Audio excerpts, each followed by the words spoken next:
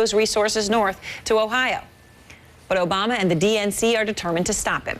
Out front tonight, Brad Woodhouse, communications director for the Democratic National Committee. Brad, what's your take on this? Are they too confident? Well, look, I don't think it's real, Aaron. I mean, it's one of the most transparent head fakes I've ever seen. I mean, remember what happened today in North Carolina. Early voting started in North Carolina, which we have a huge advantage in, which propelled the president to victory in 2008. So the day that we're turning Democrats out to the polls, the Republicans say, race is over, no need for anyone to vote, it's over, we're leaving. It's just not true. I mean, the race there is close. If you eliminate one outlier poll which showed Romney up by 9 points, the race is virtually within the margin of error. And we've got a great ground game there, and we had great turnout on our side for early vote today. So, all right, let me ask you this, though, because the president did carry North Carolina in 2008. It was a razor-thin margin, though, 14,000 votes over John McCain. But he was the first Democrat to actually win the state of North Carolina in 32 years. That was a significant achievement. There's no question about that.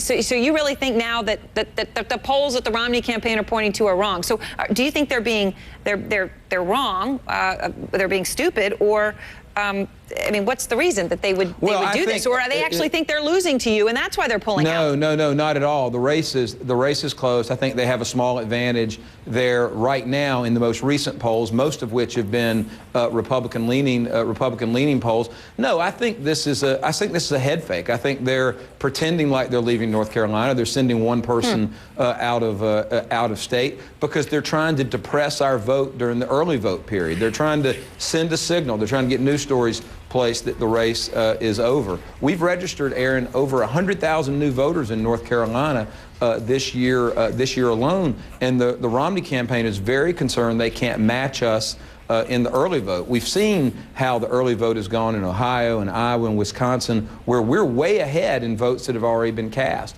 And I think they're just trying to depress the vote, try to convince our voters that it's over, no reason to vote, the game's over. So let me ask you this, because the president has vastly outspent Governor Romney in North Carolina. $21.5 million to Governor Romney's 15.9. According to the president's own website, 53 campaign offices in the state. Mitt Romney only has 10. Given all of that, are you disappointed it's only as close as, I mean, even by your own admission, you're saying it's incredibly close, it's razor thin. I mean, you've put a lot more money and effort in than he has for that. Well, on the other side of the ledger, the super PACs, the outside groups that have been spending money on Romney's behalf, have spent a lot more in North Carolina than outside groups on our side. So fair point. I don't think our advantage is nearly as strong as the campaign spending would indicate. But look, we won this state by 14,000 votes in 2008. It is going to be very, very close. Now, a ground game, you mentioned the number of offices, we have more volunteers. Ground game in a state can make up 3 to 5 points. And so if we're within a few points on Election Day, we can certainly pull it out in North Carolina. And I predict that we will. I mean, look, we got a bus tour going on right there. Our party chair was there. The First Lady was there on Monday. If they are pulling out, we certainly aren't. We intend to win North Carolina. All right. Thank you very much, Brad. We appreciate your time. And now Al-Qaeda on the run. Or maybe not.